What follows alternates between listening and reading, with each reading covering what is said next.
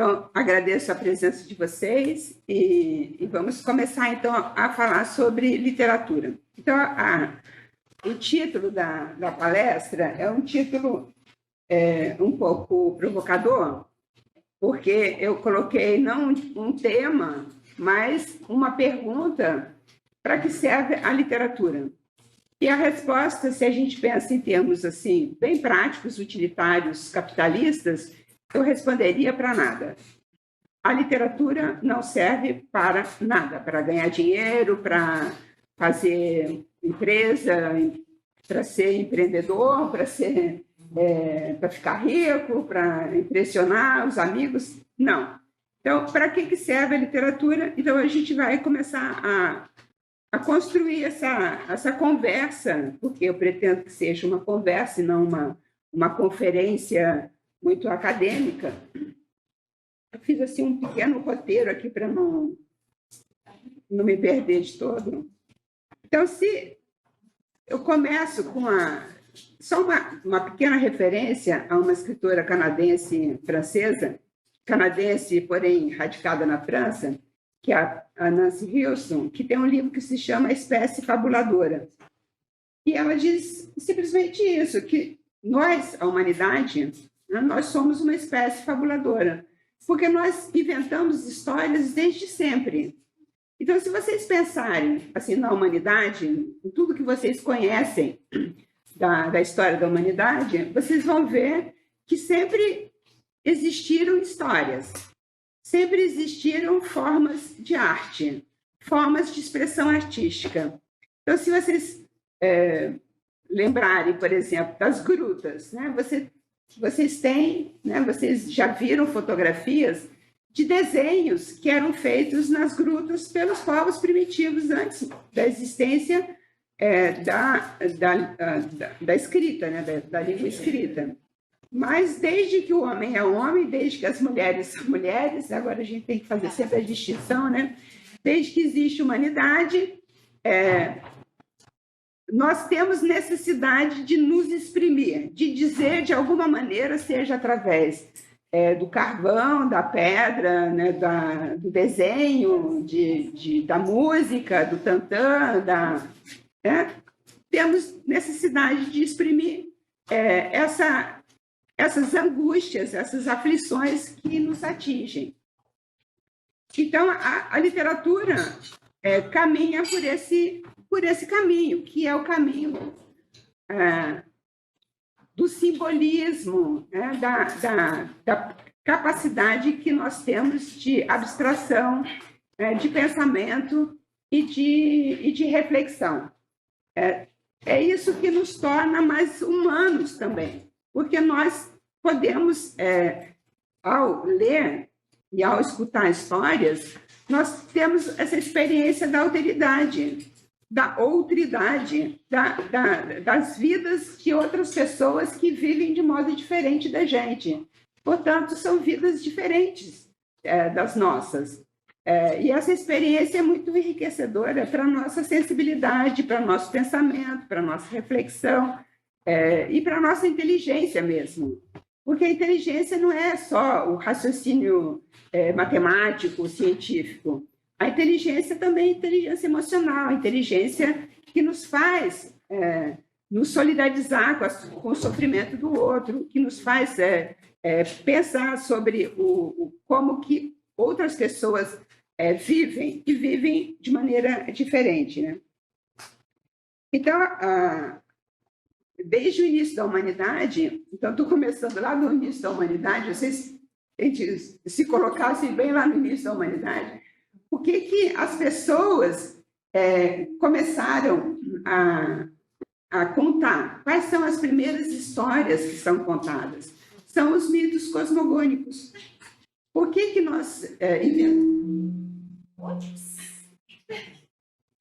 Por que nós inventamos mitos cosmogônicos? Nós inventamos mitos cosmogônicos para explicar o nascimento do mundo. Por que nós... e aí vocês podem saber que cada povo, cada pequeno povo, cada grupo, cada tribo, cada etnia tem seus mitos cosmogônicos. Por quê? por que nós estamos aqui nesse lugar, por que nós somos assim, por que o Sol e a Lua se alternam, por que os nossos vizinhos são diferentes ou não são diferentes. São muitas as tentativas de explicação, porque, na verdade, a nossa angústia é uma angústia desde sempre, porque nós não sabemos de onde nós viemos e não sabemos para onde nós vamos.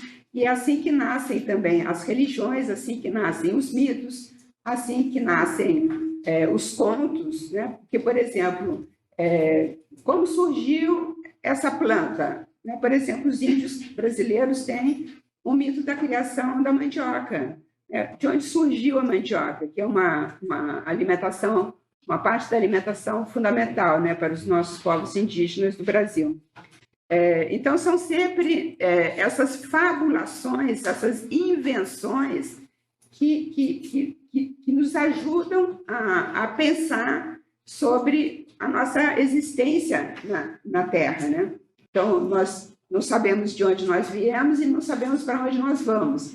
E as religiões também, elas ajudam a explicar essa origem e esse fim, né? esse pós-mortem também, né?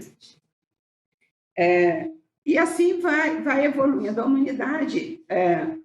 Com o aparecimento da escrita, essas histórias que eram contadas, esses mitos, esses contos, eles começam a ser escritos.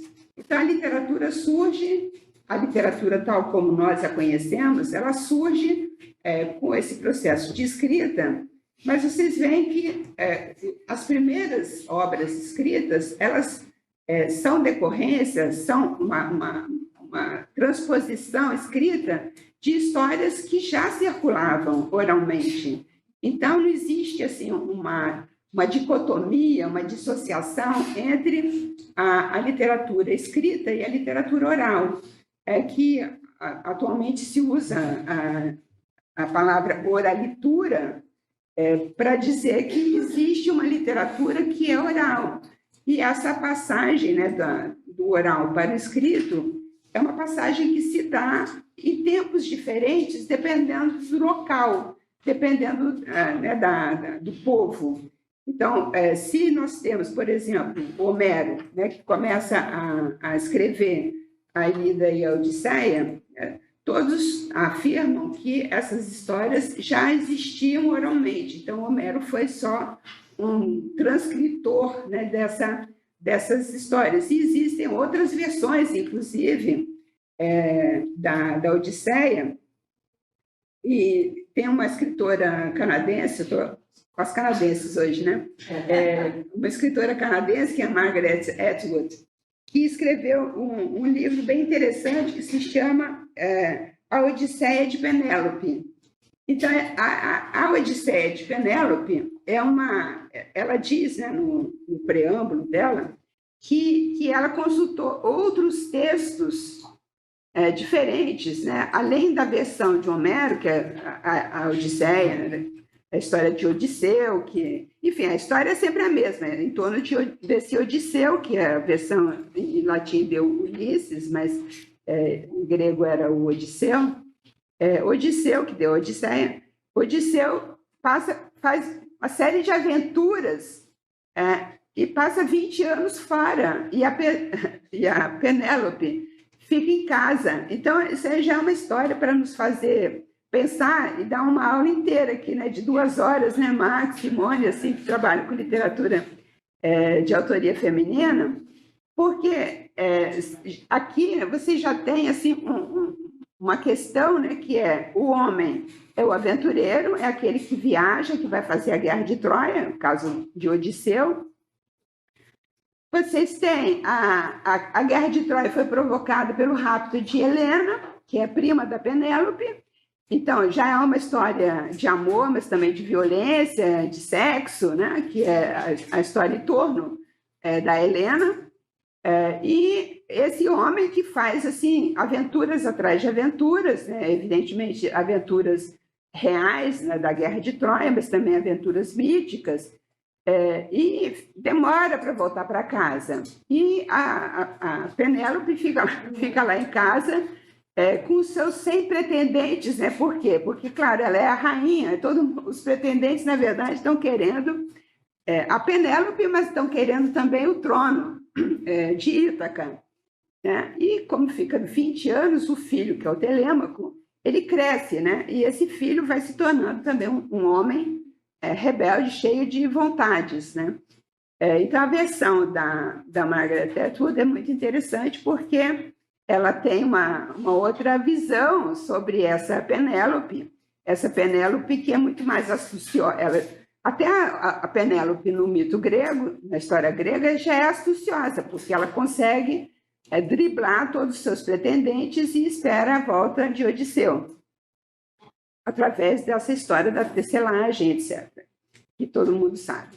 Mas a Penélope da Margaret Atwood é muito mais engenhosa e muito mais irônica e muito mais crítica da situação, porque, naturalmente, vocês têm aqui um ponto de vista de uma mulher escritora, feminista, mesmo se ela pergunta, num dos textos dela, se ela é uma má feminista, porque ela tem lá suas opiniões, que não são necessariamente as opiniões de todas as feministas, de qualquer modo não existe.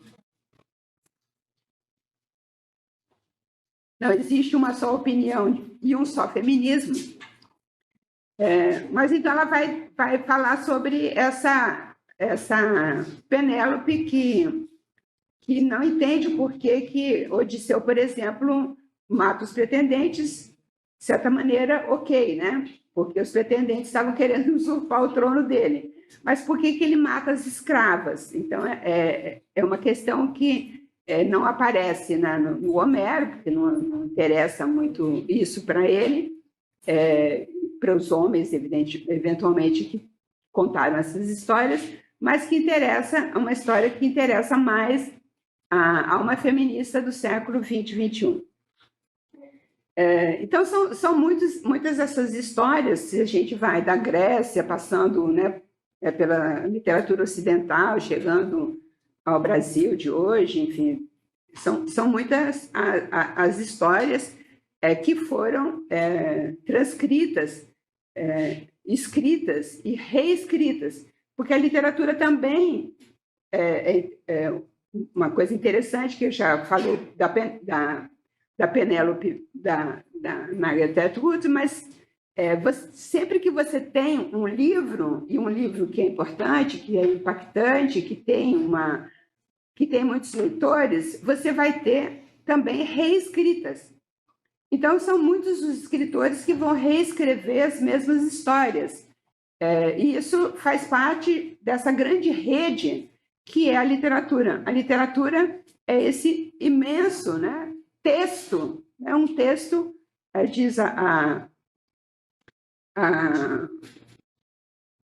esqueci agora o nome, a literatura é um mosaico de citações, a Kristeva.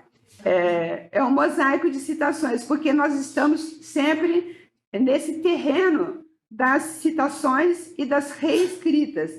Então, por exemplo, vou dar um exemplo aqui bem banal, bem simples. O Chapeuzinho Vermelho, a história do Chapeuzinho Vermelho, todo mundo conhece. E todo mundo já viu, pelo menos no cinema, assim, várias adaptações e 1000 outras readaptações em documentários, em filmetes, né, em quadrinhos, enfim, tem muitas versões do Chapeuzinho Vermelho. Então, a primeira vez que foi escrita a história, que já era uma história de domínio oral, foi no século XVII, quando Perrault escreveu o Chapeuzinho Vermelho. Então, é uma história que tem um conteúdo sexual bem claro, porque a menina ela vai e ela é levada para o mau caminho, vamos dizer assim, de uma maneira bem banal, por um lobo, que é um símbolo da masculinidade violenta, evidentemente. E esse lobo é que vai ser o que vai devorá-la. E aí vocês podem ver que tem um duplo sentido, que evidentemente não está muito explicitado na primeira versão, né, do Chapeuzinho Vermelho do Perrault, mas que vai ser reinterpretada várias vezes. E isso até é uma história que me interessa muito, que eu já até trabalhei num desses livros aí, no Mulheres ao Espelho, que tem um artigo sobre isso. Então, você tem essa possibilidade de reinterpretar e, inclusive, mudar o foco do personagem, como fez a Margaret Atwood, que tirou o foco do Odisseu e colocou o foco na Penélope. Também no Chapeuzinho Vermelho você tem versões com foco na vovó, por exemplo. Eu vi um filme de desenho que o foco era na avó, pode ser na própria Chapeuzinho, mas já transformada, e pode ser também no lobo, né? Tem uma música do Boscoli, por exemplo, que é o Lobo Mau, né? Se vocês não conhecem, que é da Bossa Nova, já um pouco antiga para os jovens que estão aqui, é só colocar no YouTube que vocês vão escutar a música do Lobo Mau, que resolveu jantar alguém, mas no fim é ele que vai ser domesticado pela Chapeuzinho de Maiô, né, que vai carregá-lo, assim, puxar o Lobo Mau já domesticado. Então, vocês veem como que a literatura ela permite, com essa capacidade que a linguagem tem e com a capacidade que nós, seres humanos, temos, né, de fabular, de inventar, de recriar, a gente está sempre reinventando até as mesmas histórias, né? Histórias novas, mas também velhas histórias. O mesmo acontece com as fábulas também. As fábulas, né, que no século XVII também o La Fontaine escreveu, mas escreveu também já transcrevendo do Esopo, que já tinha escrito, né? E o nosso Monteiro Lobato vai também traduzir e transcrever essas lendas, e estamos sempre trabalhando com essas histórias e que os animais falam.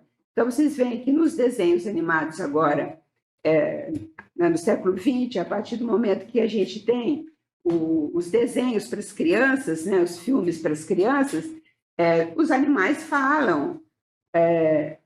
Então, se a gente tinha lá no século XVII as fábulas em que os animais falavam, um pouco fora do padrão que a gente poderia, em termos racionais, pensar, porque os animais não falam, e hoje, quer dizer, 2021, no cinema, as crianças estão muito tranquilas em relação a isso, né? Você tem, assim, o meu neto adorava os cachorros que tinham os carros, né? Eram como é que chamava? Patrulha Canina. Foi tema de um aniversário dele, Patrulha Canina. Tinha a coleção inteira do Patrulha Canina, que a gente já ficava assim, como assim Patrulha Canina? Mas no mundo infantil, em que essa racionalidade um pouco exagerada que nós temos, que a nossa sociedade tem, no mundo infantil isso não tem muita importância, né? Porque se é assim a história, eles aceitam que a história é assim e que os cães têm os carros, têm os helicópteros e que eles são a patrulha. Então, eu já falei sobre essa passagem da oralitura, e a oralitura, para nós que também estudamos as literaturas, por exemplo, africanas ou literaturas indígenas, isso também vai acontecer, né? Porque muitas dessas histórias de povos que não tinham escrita, né? De povos que tinham línguas ágrafas, a partir do momento em que eles começam a escrever, seja nas suas línguas, em que se cria um alfabeto, né, através do alfabeto fonético internacional, você pode escrever qualquer língua. E é um trabalho que tem sido feito por muitos estudiosos linguistas que trabalham com línguas indígenas ou línguas também africanas. É um trabalho que já tem sido feito há muito tempo e continua sendo feito. Não é um trabalho que que acabou, é um trabalho que persiste, que continua. Então, você pode escrever hoje essas histórias, esses mitos indígenas, nas línguas deles, e, ao mesmo tempo, elas também podem ser traduzidas para as línguas ocidentais. Então, é um trabalho que é bonito, que está sendo feito no Brasil mesmo, né, em outros países, de escrita e de transcrição e de tradução também para o português. Como a gente pensa sempre no início da literatura com Homero, também a gente vê que um dos temas maiores da literatura é a viagem. Então, a viagem, quando a gente pensa na própria literatura, a própria literatura já é uma viagem. Porque quando você senta sozinha, com o seu livro na mão, você já está viajando. Então, vocês veem que o tema da viagem, que aparece tanto na literatura, é um tema que é quase que o próprio símbolo da literatura que nos faz viajar. Então, o Odisseu viajou durante 20 anos e teve muitas aventuras, e para finalmente um dia voltar para o lar e ter muitas histórias para contar, né, para a mulher dele e para o filho dele. Mas quando vocês pegam e pensam na literatura ocidental, no romance moderno, a viagem também é um grande tema. Por exemplo, o primeiro romance inglês, considerado pela crítica como o primeiro romance inglês, é o Robinson Crusoe. E o que faz o Robinson Crusoe? O Robinson Crusoe não foi escrito para crianças. O Robinson Crusoe original é um romance escrito para adultos. Depois ele até foi mais ou menos adaptado para as crianças e virou um pouco sinônimo de literatura infantil, o que não é. O que ele não é. Porque o Robinson Crusoe é um viajante, né? Ele entra num navio e ele, se vocês lerem a versão total, né, completa do Robinson Crusoe, ele passa pelo Brasil e é, inclusive, traficante de escravo. Então, a gente tem uma visão um pouco romântica, né, e simplista, infantil, talvez porque a gente leu essa versão infantil lá quando a gente era criança, mas quando você lê hoje o Robinson Crusoe, pelo menos com os olhos que nós temos hoje, ou pelo menos que eu tenho hoje, né? Então a gente vê que ele era um homem ambicioso, que queria ganhar dinheiro. Então vocês veem que no século XVIII você já tem aí o início do capitalismo, o início do individualismo bem associado à Revolução Inglesa, à Revolução Industrial, ao nascimento do capitalismo. Então, Robinson Crusoe é quase que um emblema desse novo homem, que surgia na Inglaterra no século XVIII.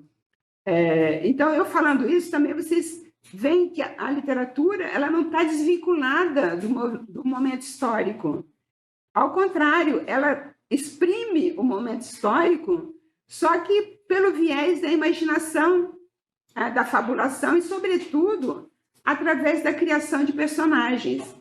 Porque quando você cria um personagem, você tem a possibilidade de dar a ele uma vida. Então, a capacidade do escritor é de dar uma vida àquele personagem e imaginar o que ele pode fazer. No caso do Robinson Crusoe, do romance, né, Robinson Crusoe, o autor, o Daniel Defoe, se inspirou num naufrágio real que tinha acontecido, num homem real que tinha ficado numa ilha e que tinha sobrevivido algum tempo numa ilha depois do naufrágio do navio. Mas a partir desse fait divers, digamos, desse fato, né, que ele tinha lido, de um caso que ele tinha lido, ele vai inventar uma história que é muito mais surreal, poderíamos dizer, muito mais interessante, muito mais rica Porque ele pode inventar para aquele personagem uma série de coisas, inclusive o surgimento de um personagem na ilha que chega do nada, que é o Sexta-feira.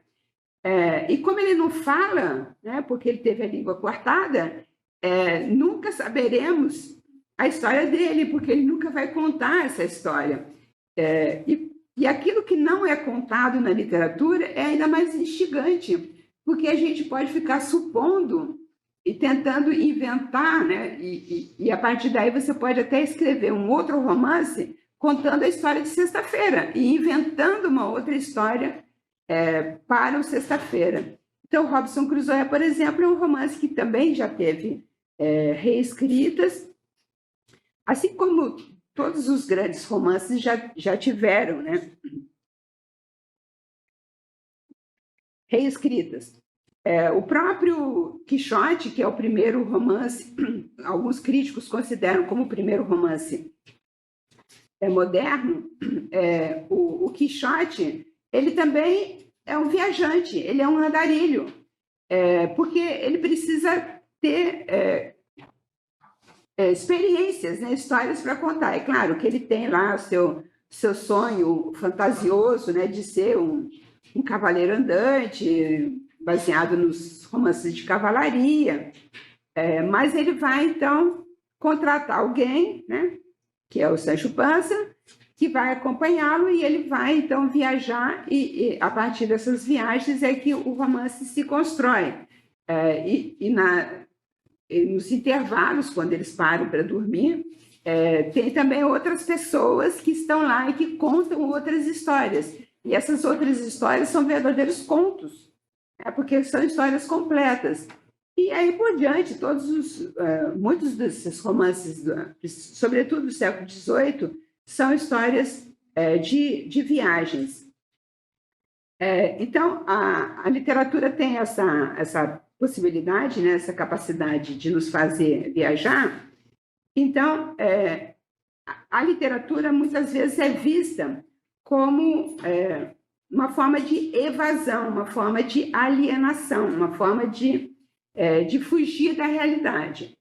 O próprio Quixote é um personagem que leu muitas histórias, né, de cavalaria, e ele quer inventar para si uma história que não é dele, que no momento que não existia mais história de cavalaria.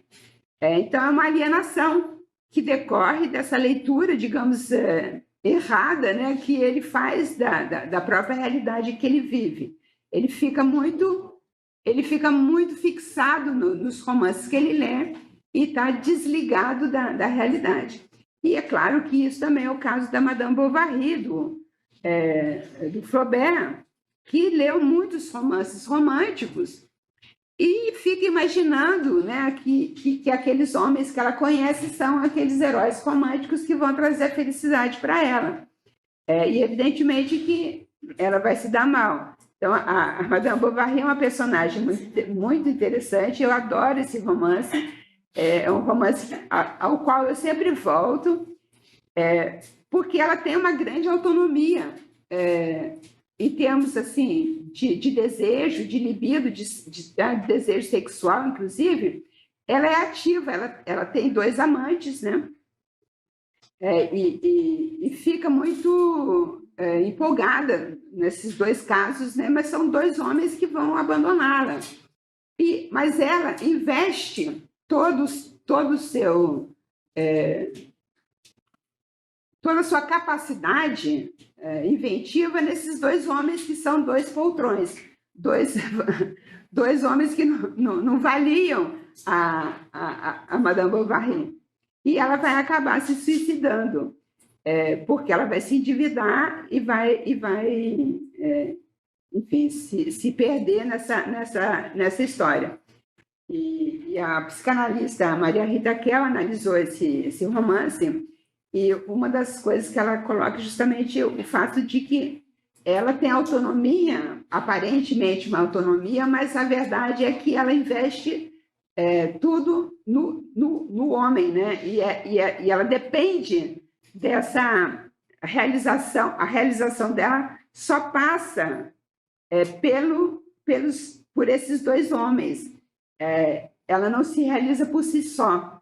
Então, essa é um pouco o impasse dessa personagem, a personagem que foi criada por um homem que também se imaginou nessa posição, porque ele diz Madame Bovary c'est moi, né? Ele diz que a Madame Bovary era ele, e é uma história muito, muito interessante, muito curiosa, porque o poeta Baudelaire, que era um grande amigo do Flaubert, diz que a Madame Bovary é fascinante porque ela é um verdadeiro homem.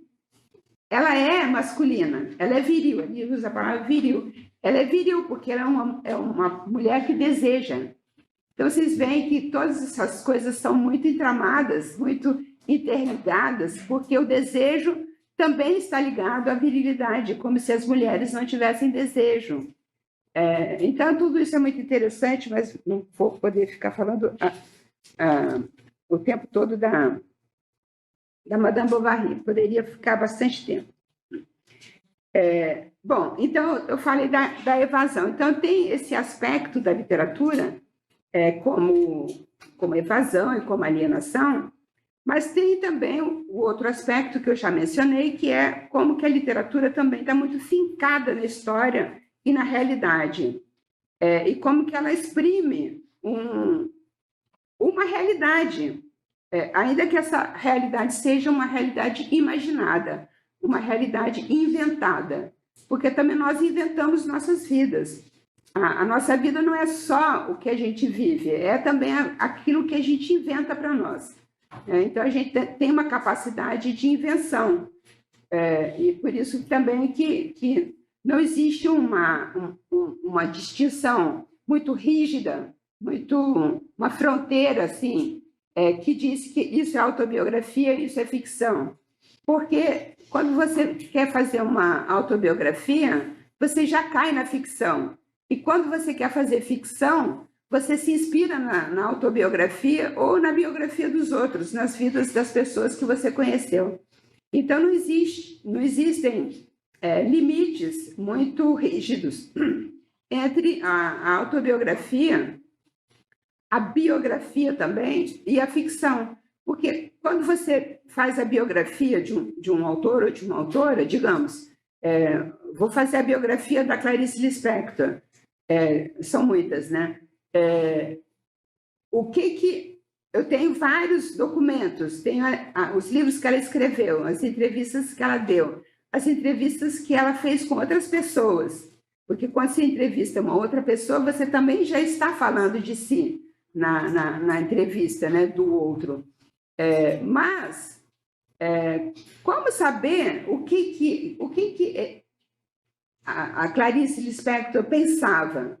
É muito difícil. Então, quando você faz uma biografia, de certa maneira, você também já está projetando para ela o que você leu dela, o que você imagina que ela pudesse realmente pensar ou viver, né? Então, a biografia, vocês veem que a biografia ela sempre tem algum teor ficcional, porque a linguagem ela é sempre ficcional.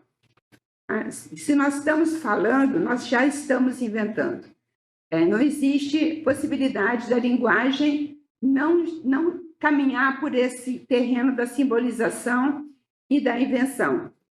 Então, a biografia, quando você tenta detectar esse eu daquele biografado, daquela mulher que você está biografando, você já está tentando reproduzir os pensamentos dela a partir do que ela escreveu, mas ela escreveu não sobre si, ela escreveu sobre os seus personagens.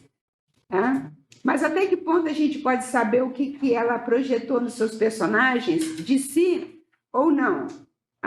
É sempre o indecidível, né? Isso é o indecidível, indecidibilidade é um conceito do Derrida, do filósofo Derrida, Jacques Derrida, mas, na verdade, vocês veem que esse indecidível é uma coisa assim, muito plausível e muito prático, porque realmente nós vivemos no terreno do indecidível, das ambiguidades, das contradições e dos paradoxos.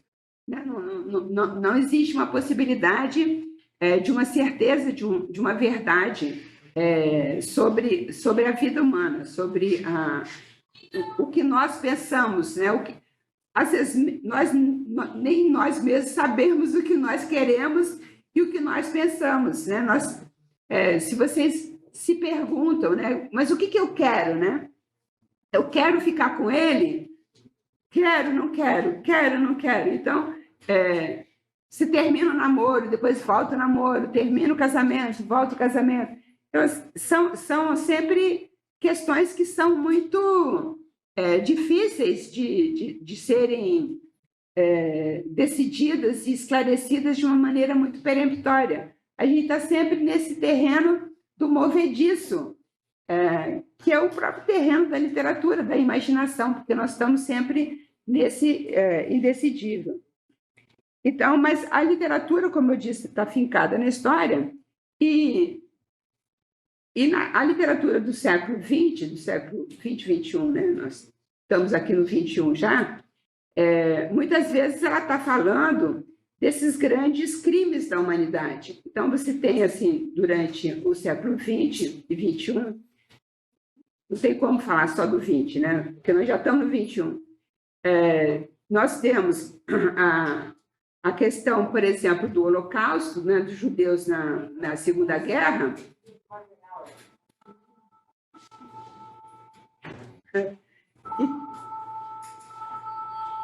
Tem um telefone.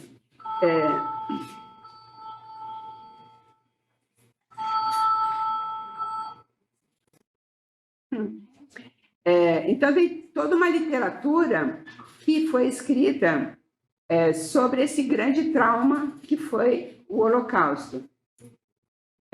E sobre outros grandes conflitos, grandes genocídios, né, que aconteceram na África, por exemplo, na Europa, com as guerras, depois da explosão, da fragmentação da antiga Iugoslávia, né? Então, são muitos os conflitos e são muitas as guerras. E ao longo do século XX, nós tivemos assim, muitos traumas e muitos genocídios. Então, tem toda uma literatura sobre isso. E no caso do Brasil, no Brasil e na Argentina, no Chile, no Uruguai, nós tivemos essas ditaduras, mas também em outros países, na Guatemala, em outros países também, né? É que a gente sempre conhece mais e fala mais dos países aqui do Sul, né, do Cone Sul, porque nós temos mais contato e lemos mais, é uma literatura que circula mais no Brasil. A literatura da Guatemala circula muito pouco aqui no Brasil, a gente não conhece quase nada, mas então vou falar só do que eu conheço, né? Então, nós temos uma grande literatura sobre a ditadura, por exemplo, né? A ditadura argentina, a ditadura chilena, a ditadura uruguaia, a ditadura brasileira. Então, esse foi o objeto desse meu livro, A Literatura como Arquivo da Ditadura. Não quero, não, obrigada.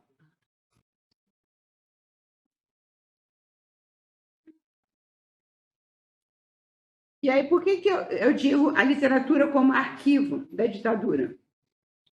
Porque o que nós sabemos, e sobretudo, não eu, porque eu sou velha e vivi o tempo da ditadura, então eu sei porque eu vivi, né? Então é diferente do que nós vivemos e do que nós estudamos e do que nós lemos. Mas as pessoas jovens, né? Vocês que estão aqui, né? O que sabem da ditadura? É muito pouco, porque se estuda pouco, se lê pouco, se fala pouco. Então, a literatura, ela possibilita esse conhecimento mais íntimo do que foi a ditadura, do que foi viver aquele período, aquela época, né? A censura, a repressão, a tortura, as mortes, os desaparecimentos de corpos, tudo isso que são praticamente assuntos tabu no Brasil, assuntos de que não se fala. E é preciso falar. Então, a literatura, eu digo que funciona como arquivo, porque ela possibilita que pessoas comuns possam conhecer um pouco mais do que aconteceu naquele período, através da leitura de romances, por exemplo. Porque o romance é muito fácil de ser lido. Aqui, ninguém, se você não é historiador, se você não é arquivista, você não vai nos arquivos. E muitas vezes você também não vai lá na internet procurar, por exemplo, o relatório da Comissão Nacional da Verdade, que é uma coisa imensa. Né? Então, é enorme. Tem de né, ler na tela, você tem que, né, fazer esse esforço de ler. E um relatório é um relatório mais ou menos objetivo e seco, enquanto que a literatura, ela, através, né, das subjetividades dos personagens, ela permite que você possa imaginar como viveram aquelas pessoas. Porque as pessoas, não são as pessoas que estão na literatura, são personagens. Mas são personagens que muitas vezes são inspiradas em pessoas reais. Claro que, ao criar personagem, você não está colocando a pessoa como ela viveu, porque isso não existe, isso não é possível. A vida é uma coisa, e a literatura, a escrita é outra coisa. A escrita é uma tentativa de organização de um pensamento e de um raciocínio, né? Enquanto que a vida a gente vive meio que aos trambolhões, né? Porque sem saber muito bem o que a gente escolheu, o que a gente realmente quis fazer naquele momento, né? Às vezes a gente faz alguma coisa que a gente não queria muito, e às vezes se arrepende, às vezes acha que foi bom, que na verdade acabou, foi legal ter feito daquele jeito e não de outro, né? Então, a vida é uma coisa que é distinta do que pode ser escrito, né? Do que pode ser transcrito no papel. Então, a literatura tem essa possibilidade.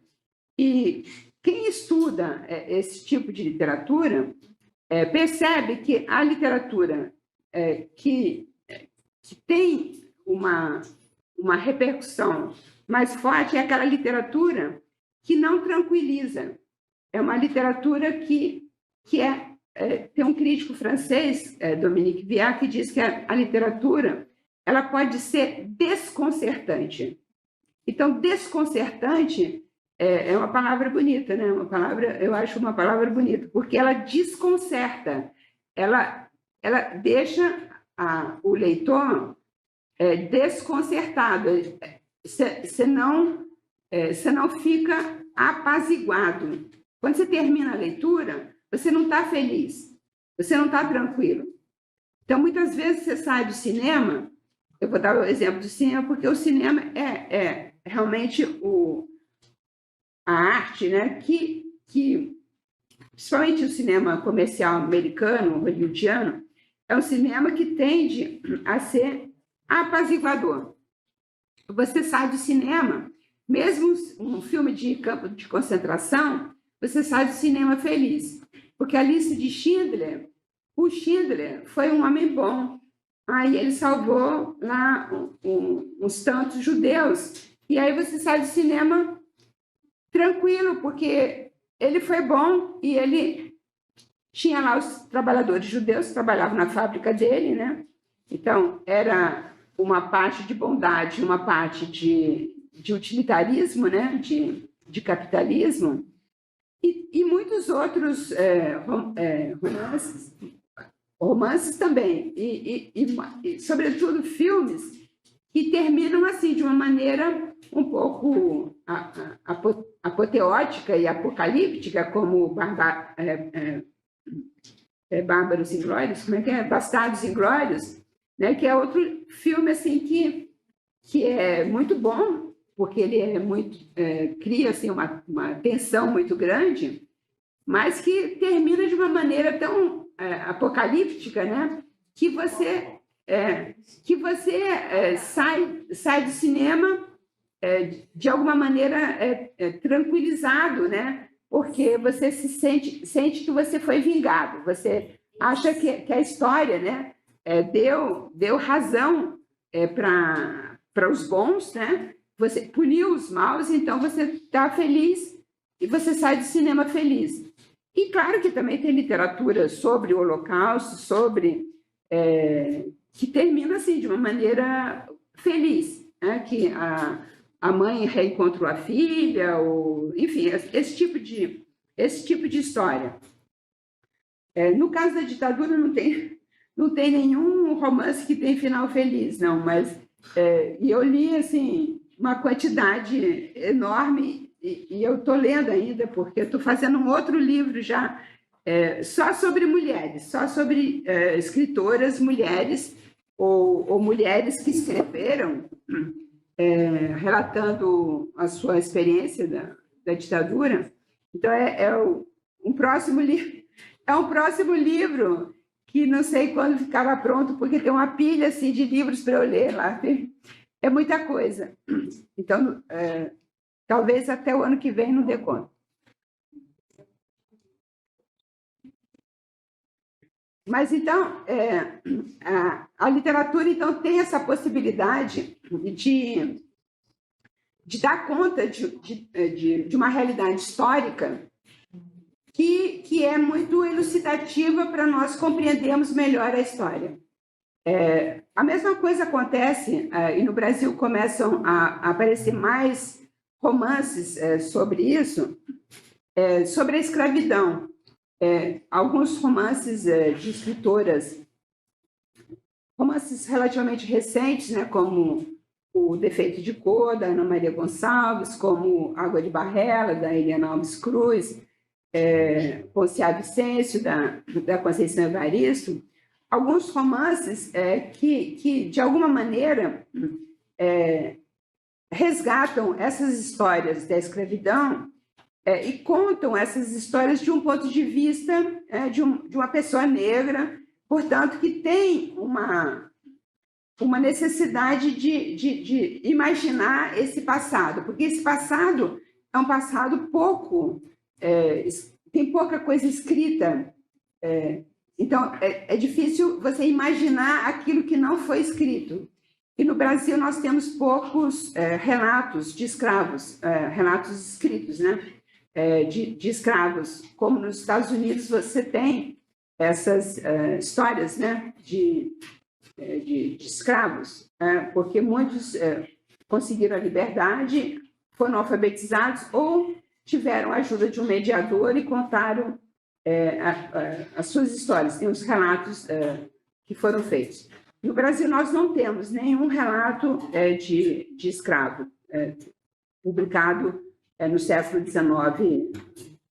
Não tem.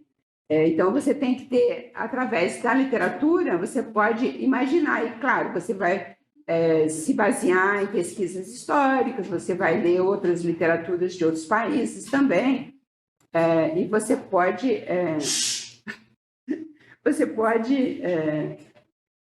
tentar recriar essas histórias, né?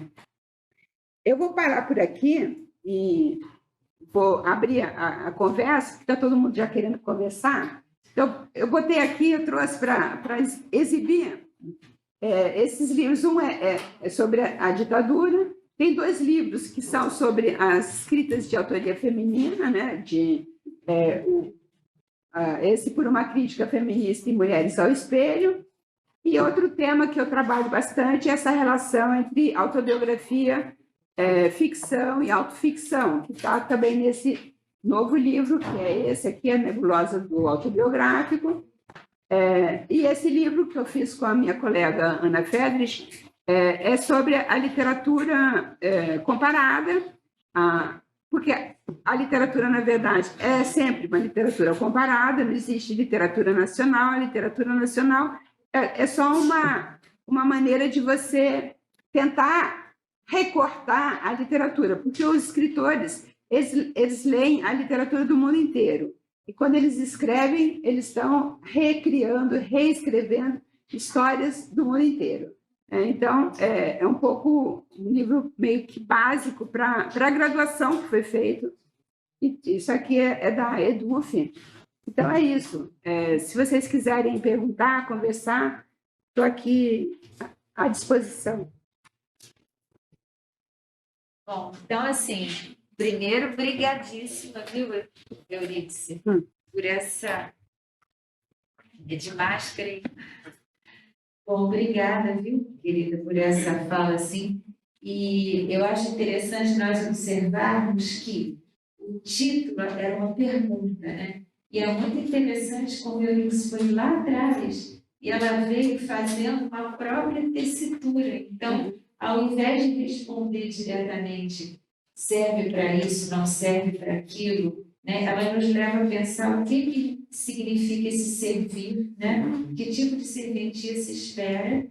E, ao mesmo tempo, quando ela foi fazendo o passeio pelos romances, foi nos deixando entrever essa força, essa potência da literatura, né? Como força atuante, como força política, como força até de evasão é uma força também, né? Então, nas suas várias modalidades. Então, assim, viajamos junto, né?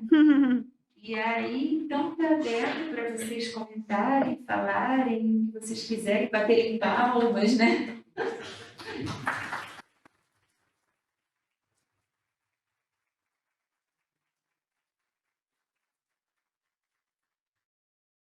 Fica aberto para vocês conversarem, comentarem, o que vocês tiverem dúvidas mesmo, curiosidade.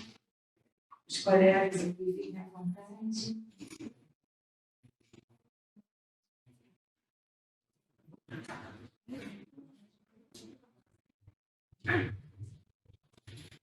Boa tarde, professora.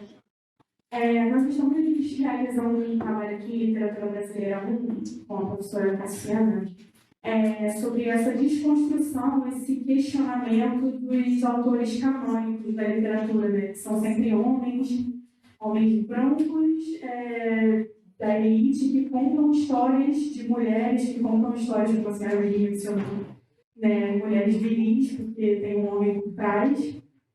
E eu queria saber qual a opinião da senhora sobre essa comparação. Nós estamos fazendo uma comparação nessa matéria, assim, comparando esses autores com autores atuais, né? De preferência que contradigam muitas coisas que eles já levantaram no passado. Queria saber qual a opinião da senhora sobre essa literatura que hoje a gente faz de contraste, assim, o contraste que a gente faz hoje nessa literatura. A senhora acha isso válido? Ou a senhora acha que o que a gente faz é novo e que não tem diferença do passado? A literatura é uma grande rede.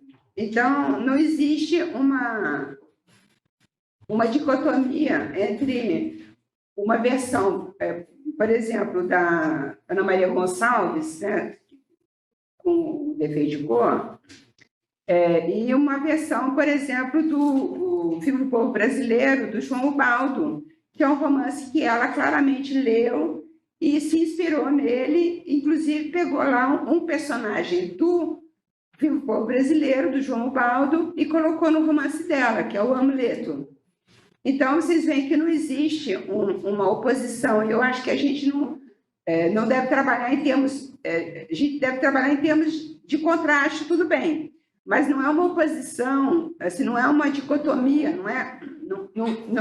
não acho que a gente deva ser, quando trabalha em literatura, maniqueísta. Isso é o bem, isso é o mal. Não existe isso, nem o bem, nem o mal. Você pode achar que a literatura escrita por homens brancos da elite, essa literatura não vale nada? Vale, porque a literatura ela tem as suas contradições, suas ambiguidades.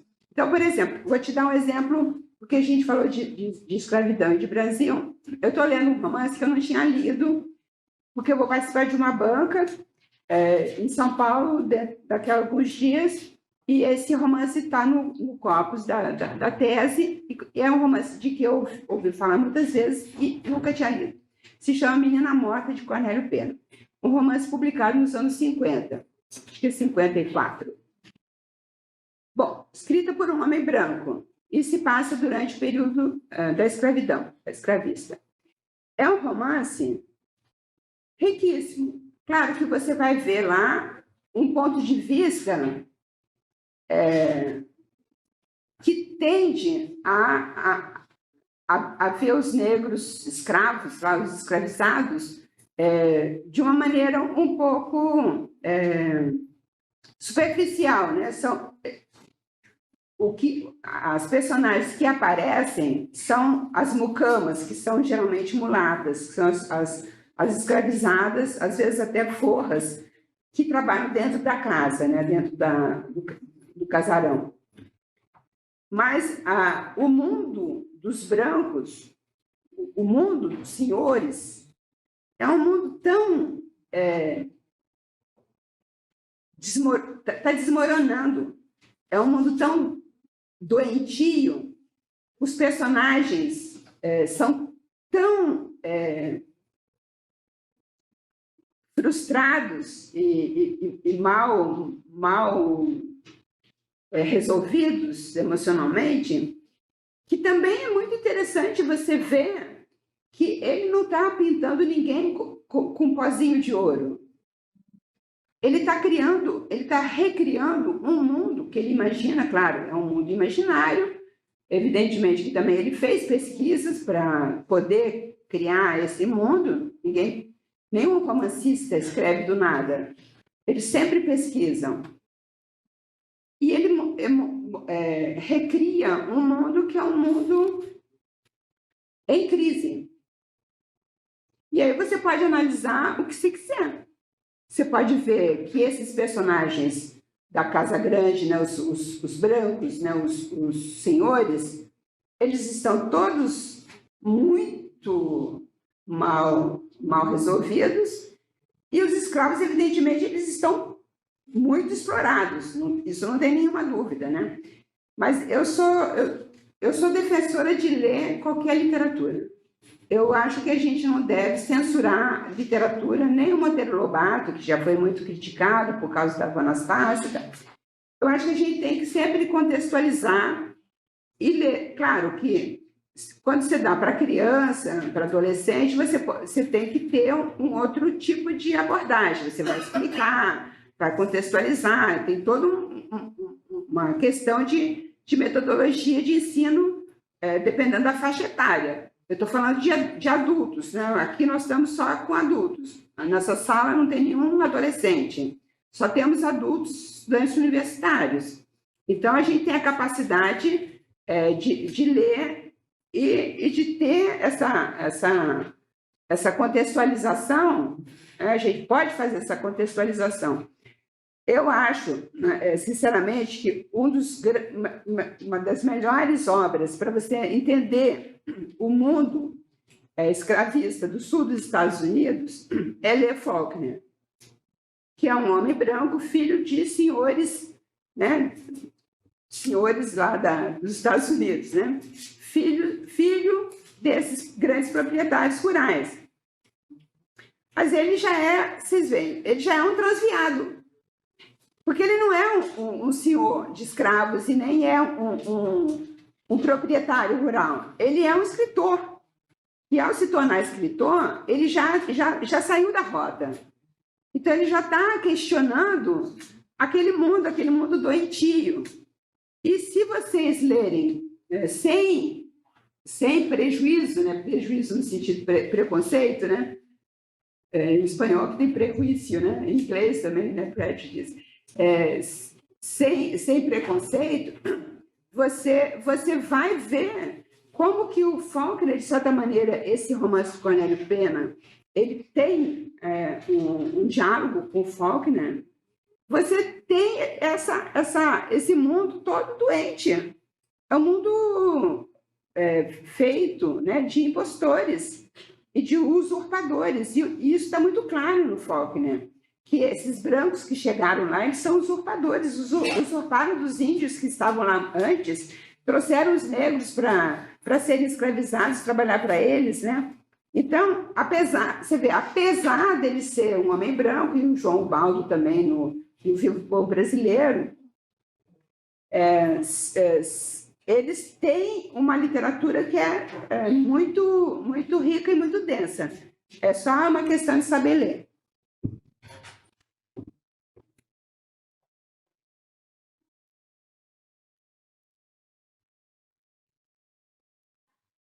É um prazer te reencontrar e conversar um pouco aqui nesse ambiente. Queria, basicamente, assim, retomar uma coisa que você falou no final sobre a literatura comparada, né? Você disse que a literatura é sempre comparada porque todo mundo está imerso nessa grande rede que é a literatura, né? Todos os autores se leem e trazem isso. Eu acho bem interessante essa formulação.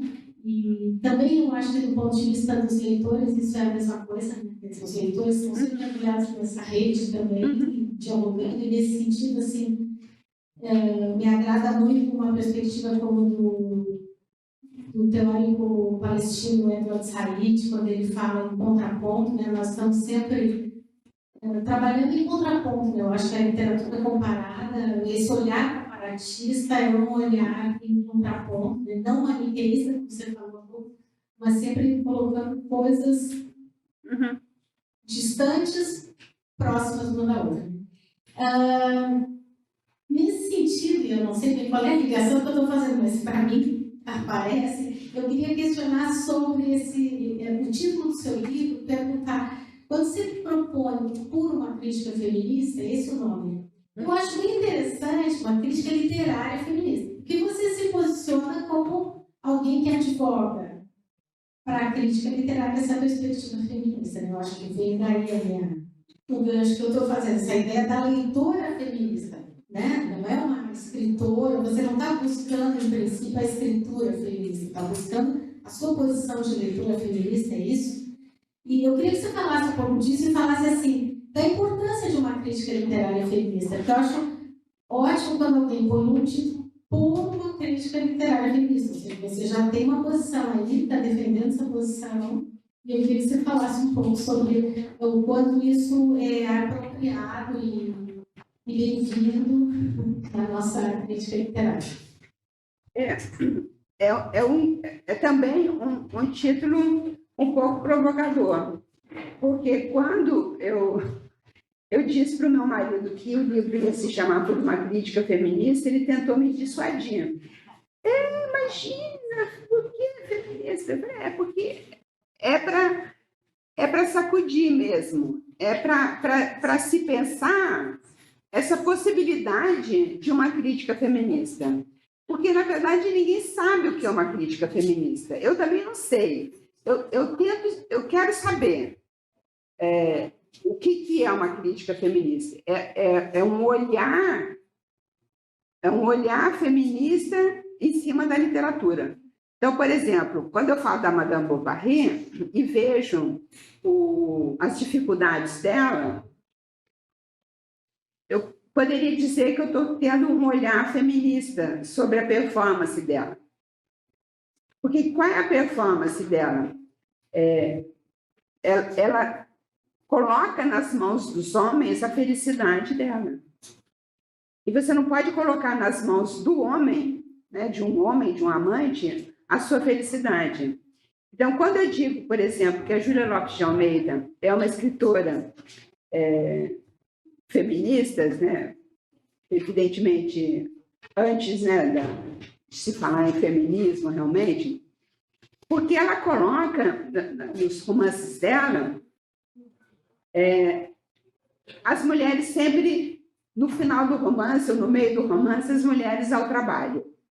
E eu acho que isso é muito positivo na literatura dessa virada, né, do século XIX para o XX, esse início do século XX que ela escreveu, porque as mulheres elas estão sempre dependentes do homem. Nos romances da Lúcia Miguel Pereira, também nesse mesmo período, né, você tem essa questão que as mulheres se colocam. As mulheres querem trabalhar as personagens da Lúcia Miguel Pereira. Então, são romances dessas décadas, né, 20 e 30, em que as mulheres começam a querer trabalhar e se tornar autônomas. E ter a vida que elas querem ter na cidade, serem ou solteiras, ou ter um amante, mas não necessariamente casadas, não necessariamente mães, né? Pode calhar de ser casado, de ser mãe, mas não necessariamente, né? eu vejo isso como um ponto a favor dessas escritoras. E quando eu critico, por exemplo, algumas escritoras como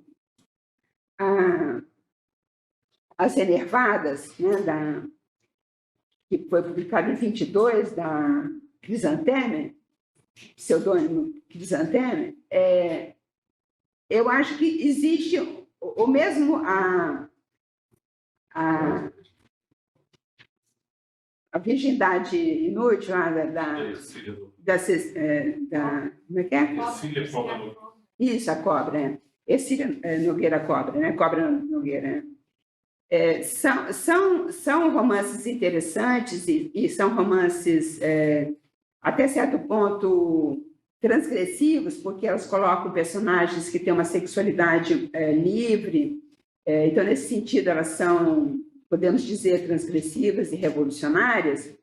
Mas tem um quê, assim, que me incomoda, é que essas mulheres são dependentes dos homens. Então, como a Enervada, né, a personagem central de Enervada, a personagem central da virgindade inútil, porque se você é dependente de um homem, de um amante, por mais rico que ele seja e que a vida seja muito boa, alguma hora isso vai acabar. Só que, claro, que no romance não acaba. Mas eu, que vivo uma vida real, eu tenho esse olhar crítico e esse olhar, então, digamos que eu acho que é o olhar feminista. É o olhar que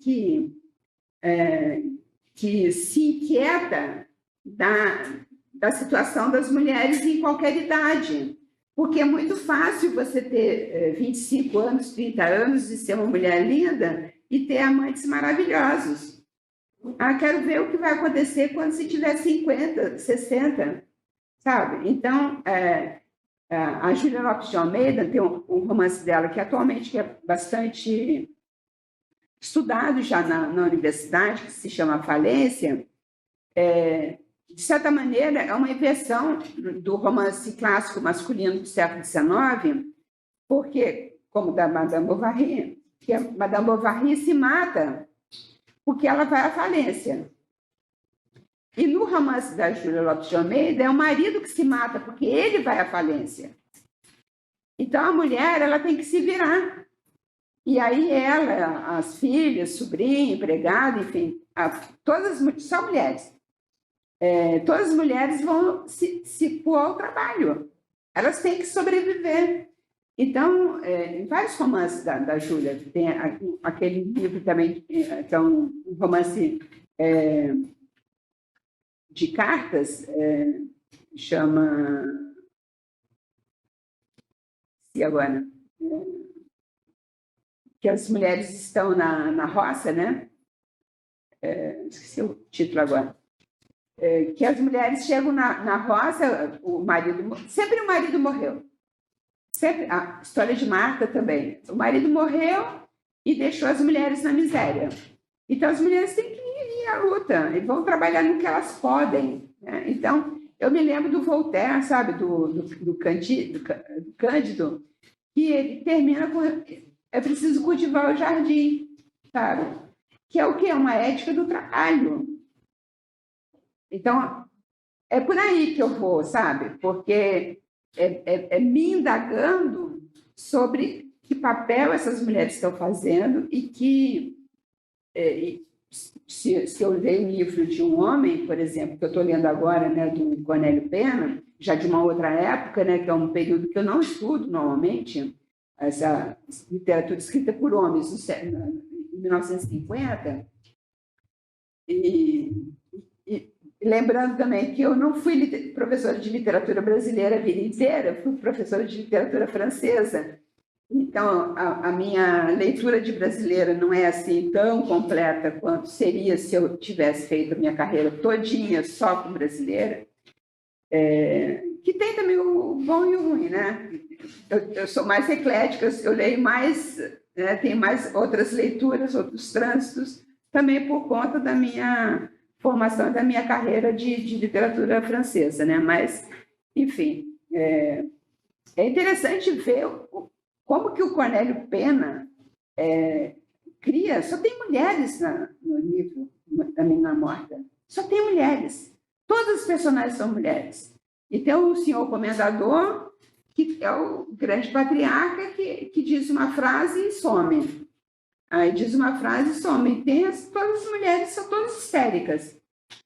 No fundo, são todas histéricas, se a gente quisesse simplificar, porque são todas deslocadas, todas sem saber qual o seu papel na sociedade, qual o seu papel na vida. O que eu vou fazer? O que eu estou fazendo aqui?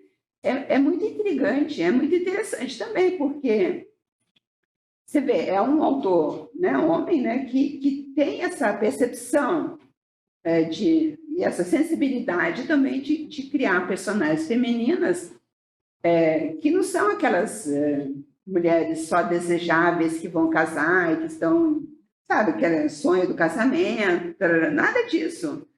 São todas mulheres que são mais ou menos todas à beira da loucura, sabe? Eu estou gostando muito, não acabei ainda, não, mas é realmente um romance que vale a pena realmente ler.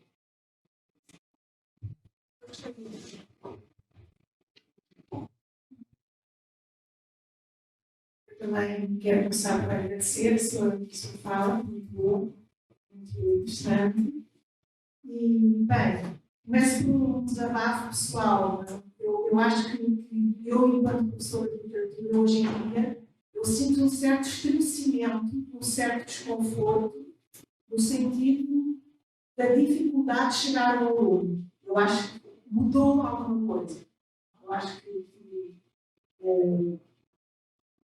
eu não sei muito bem ainda como lidar com isso. Mas é um desconforto sentido em sala de aula mesmo, não é uma coisa teórica.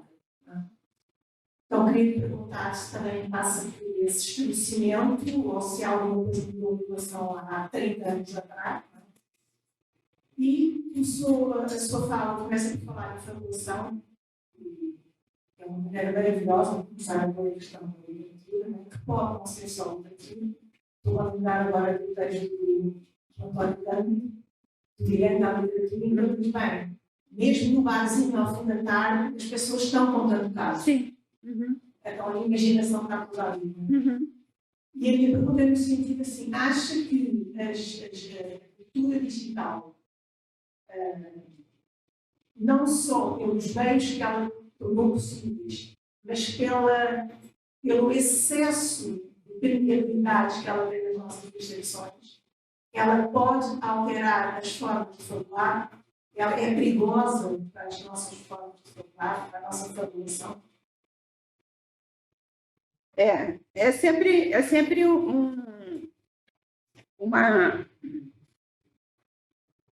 uma questão. Cada vez que surge um novo meio, né, de comunicação, a gente tende a se questionar, né, a fotografia em relação à pintura, o cinema, em relação à não existência do cinema, e depois a televisão, se a televisão ia substituir o cinema.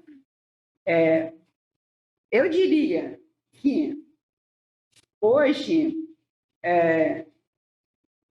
as pessoas jovens e as velhas também leem muito menos, portanto, a sua dificuldade não é de se espantar. Eu não estou em sala de aula de graduação, eu estou aposentada, então eu trabalho só com pós-graduação, assim mesmo. Eu dou curso quando eu quero, uma vez por ano, ou uma vez a cada 2 anos, né? E esse público que chega na pós-graduação é um público que tem mais leitura e mais interesse, realmente, na literatura. Então, eu não tenho realmente uma resposta, uma experiência nesse sentido nos últimos 10 anos.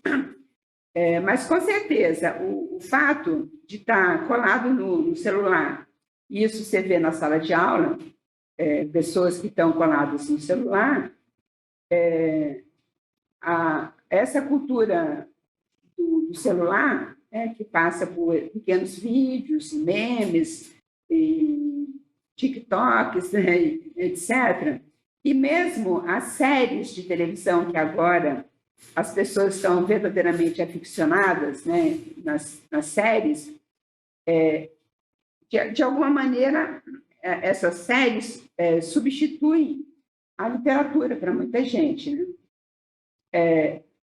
O que eu acho ruim é que as séries, como as novelas, na verdade, não tem muita diferença, né, entre a série e a novela, dependendo da série.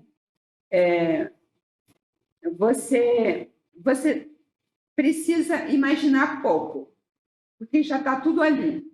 É um pouco o que eu falava do tranquilizador e apaziguador. As séries e as novelas, elas são redundantes.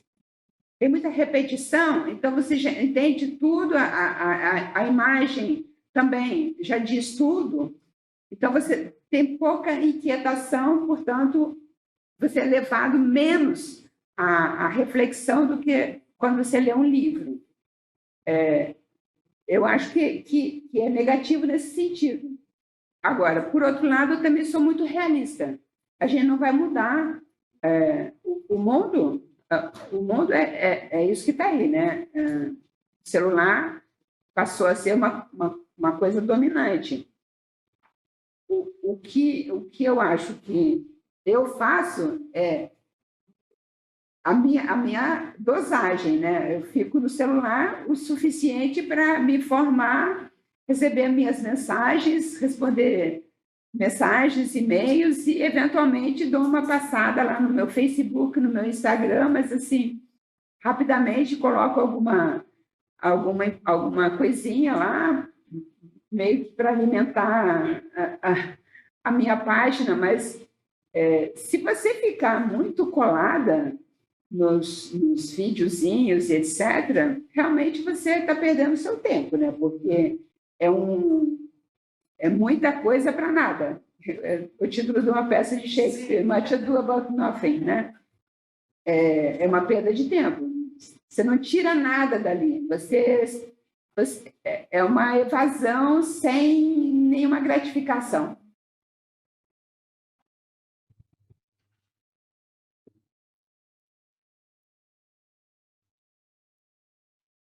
Eu queria voltar um pouquinho na questão da visão feminista e perguntar, na verdade, não é exatamente uma pergunta, mas eu queria saber o seu ponto de vista na questão, o impacto que o mundo real tem na literatura e o oposto também.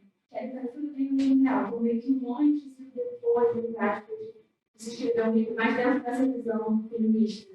Por exemplo, alguns livros de uma literatura que é mais aos 50, 80 anos atrás, talvez tenha sido muito escandaloso para a época, mas hoje não seria, ou não são usados, são livros que são mais discutidos. Então, eu queria muito ver a sua visão nessa questão, dessa relação entre o mundo real e a literatura e vice-versa. Uma pergunta interessante. Sim, a literatura, sobretudo numa época que as pessoas liam mais, né, porque hoje eu acho que as pessoas leem menos, acabei de falar isso, né? Alguns livros tiveram um impacto muito grande. Se você pega o final do século XVIII, quando Goethe publicou o romance chamado Werther, na verdade é um título comprido, mas que é conhecido só como Werther, que é o personagem principal. O personagem Werther, ele se suicida no romance. Ele se apaixona por uma moça que já era noiva, e ele fica tão apaixonado, e a moça é noiva, e ela casa. Não tem para ele. E ele se mata. Então, houve uma onda de suicídio na Alemanha.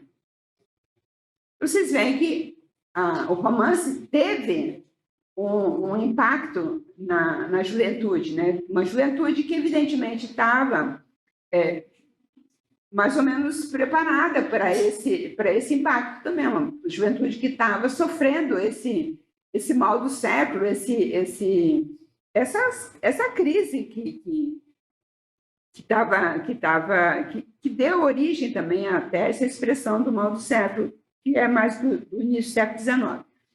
Mas, enfim, o romantismo ele começa na Alemanha, justamente com né, o Goethe e outros escritores.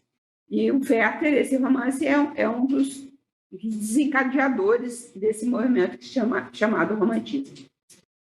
Agora, chegando mais para perto de nós, claro que romances que foram considerados como esse da Virgindade Inútil, né, da Ercília Cobra, ela foi execrada, foi vilipendiada, né, porque realmente era uma obra considerada escandalosa. Hoje não causa escândalo nenhum. Por quê? Porque o mundo mudou. O mundo não é mais o mundo que era no momento que a Ercília publicou o romance. Então, tem uma diferença de percepção, né, de leitura, e tem uma diferença de reação do público, né? Tem também uma censura. No caso do Brasil, por exemplo, teve censura política também durante a ditadura.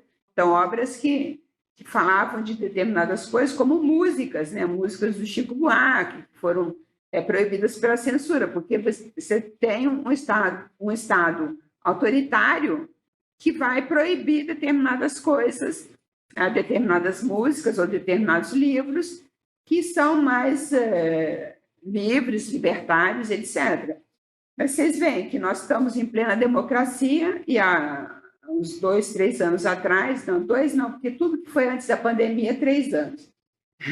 Há mais de 3 anos atrás, em Porto Alegre, o MBL fez uma pressão tão grande lá no museu que eles conseguiram que a prefeitura, sei lá se foi a prefeitura, mas, enfim, os responsáveis retirassem uma exposição de arte que era porque tinha uma temática LGBT.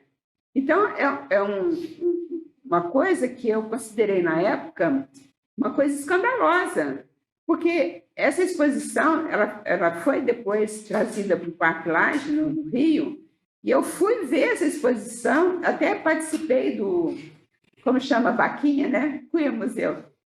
Como chama, essa vaquinha que foi feita, né, para trazer a exposição para o Parque Lage. Eu participei dessa vaquinha porque eu achei que era uma afronta para a liberdade de expressão, porque é um absurdo. A exposição já estava instalada no museu, em Porto Alegre, e os rapazes lá do MBL foram fazer pressão na porta do museu, até que o prefeito decidiu retirar a exposição. Então, são questões assim que fazem parte dessa interação que você está colocando entre a arte e a interação entre arte e público, literatura e público. Né? Por aí.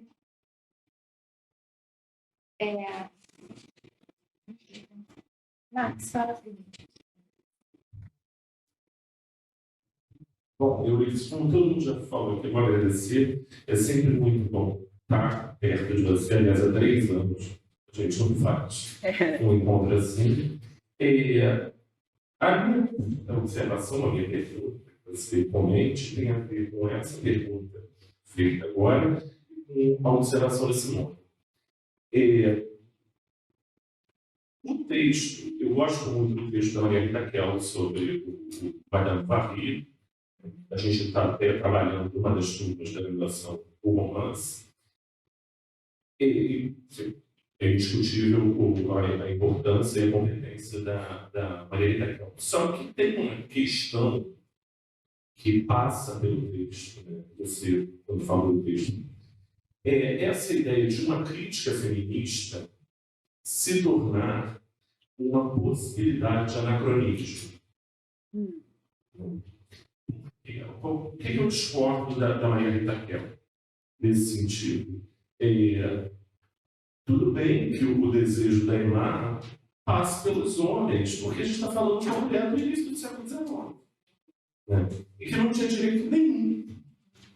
Ela é uma personagem dona do seu desejo, tanto de vida até de morte. Porque ela se mata, ela não é assassinada por nada. Né?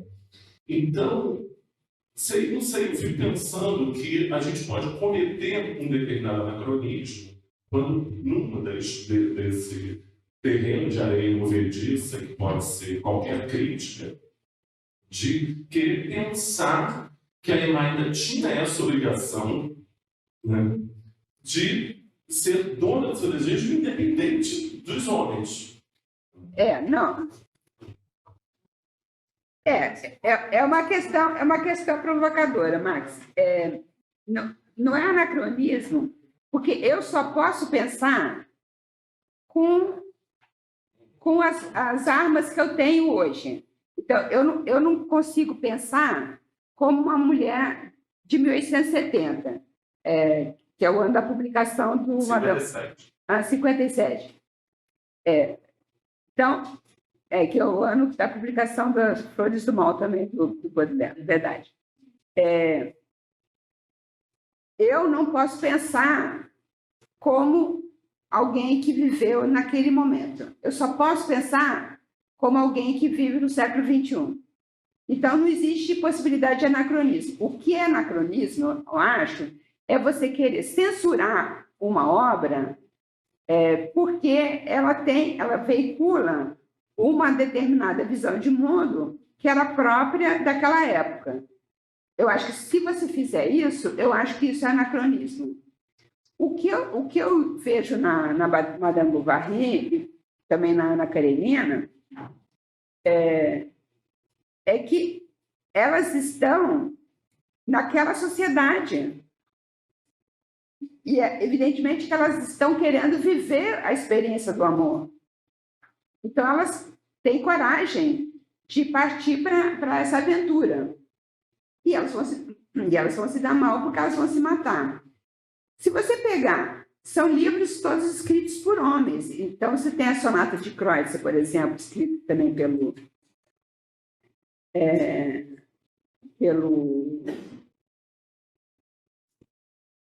Tolstói, que escreveu Ana Karenina, e a Sonata de Kreutzer, que ele escreveu, o marido mata a mulher. Então, é o feminicídio.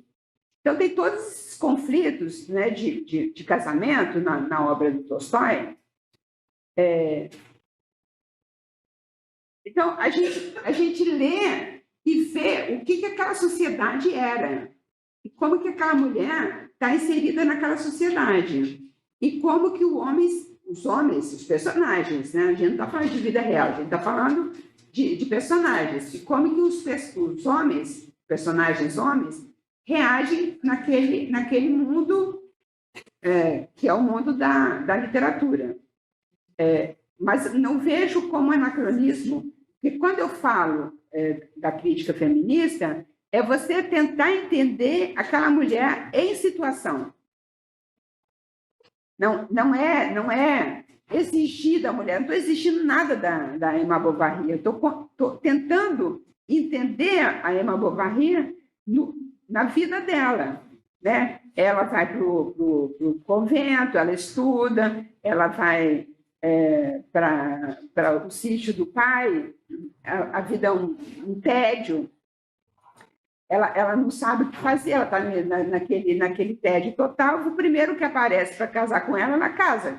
Então, o marido continua o tédio, né? Então ela parte para as aventuras porque ela leu aqueles romances românticos que prometiam a ela uma vida idílica. Então, ela é corajosa nesse sentido, Baudelaire tem razão quando diz que ela é viril, não que eu considere que isso é ser viril, mas porque ele entende que ela é uma personagem positiva e ele associa a Emma ao artista, porque é aquele que tem esse poder criador e ela vai à luta. Então, eu acho bonito isso. Eu só não concordo quando ele fala que ela é viril, porque seria a maneira de dizer que só só os homens têm desejo, né? Mas eu acho que você... eu não acho que esse olhar feminista não é nem anacrônico e nem é uma exigência. Eu não quero não estou exigindo da personagem que ela faça isso ou aquilo. Agora, se você olhar toda a produção da literatura do século XIX, a ópera, as mulheres todas morrem. Então, a gente tem que prestar atenção por que essas mulheres todas morrem. Né? Tem um livro que se chama... Tem um livro que se chama A Ópera ou A Derrota das Mulheres, que é da Catherine Clément. Nem sei se ele foi traduzido, mas... Foi? Então, eu tenho ele em francês, já li isso há muitos anos atrás, né? Mas então, é muito sintomático que os autores, né? Seja de ópera, seja de romance, matem todas as suas personagens femininas. Matem de uma maneira ou de outra. Né? Mas, no fundo, você diz, não é o narrador que mata a Emma, mas é o Flaubert que mata a Emma. Então, aqui.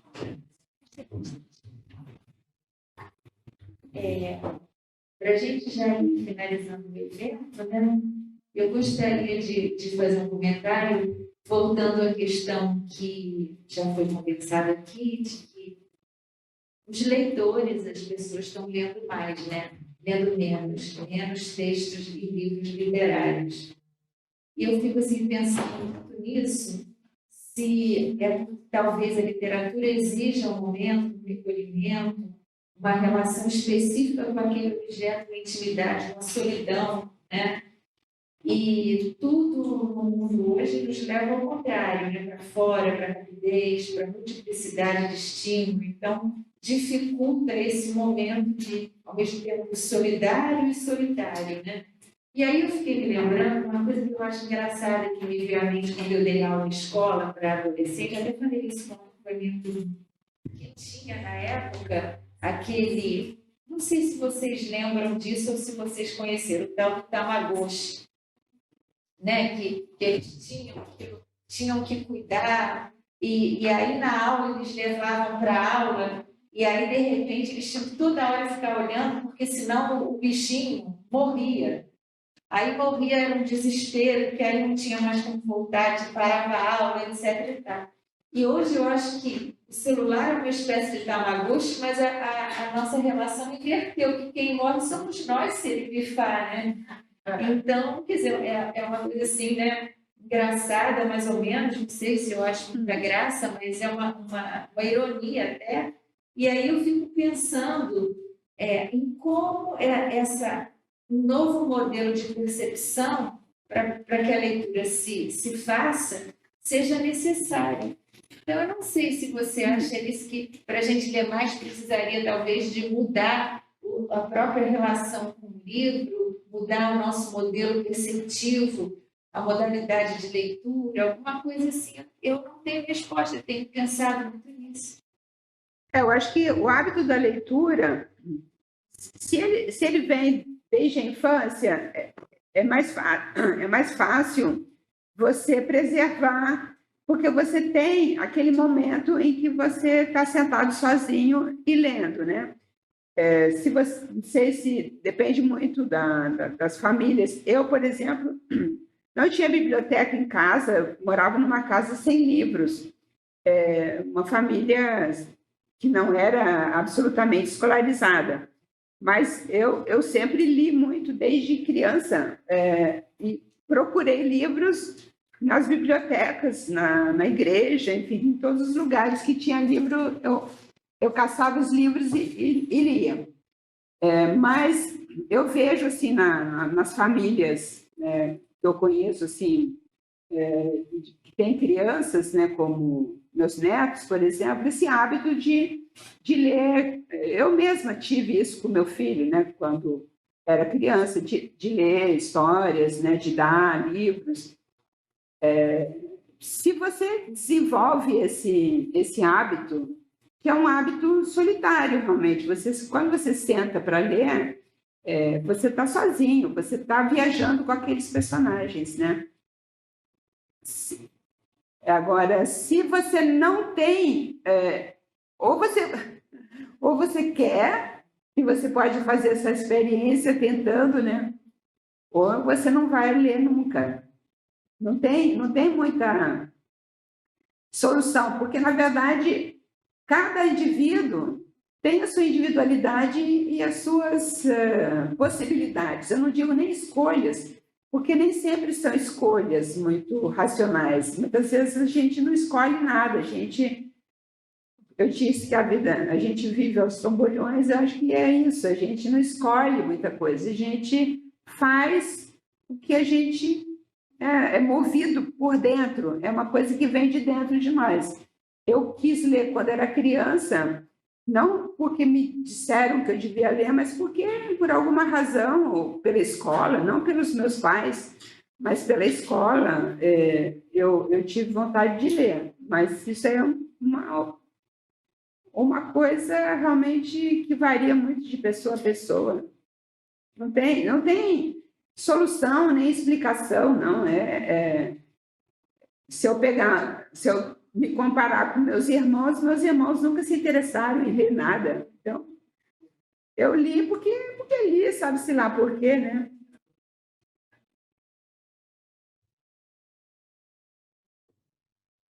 Encerrar, né?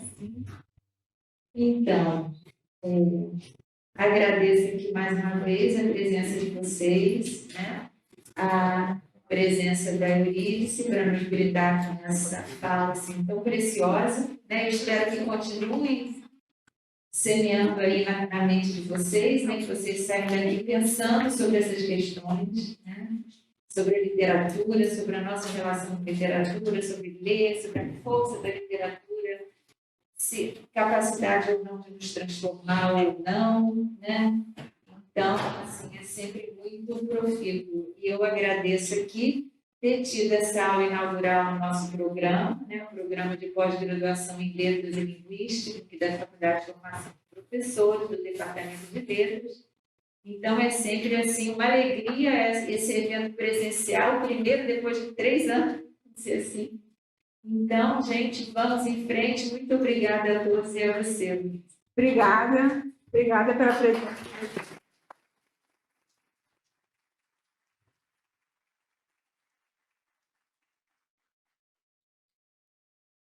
Presentinho da ETFP. É um copo? É um copo. Obrigada.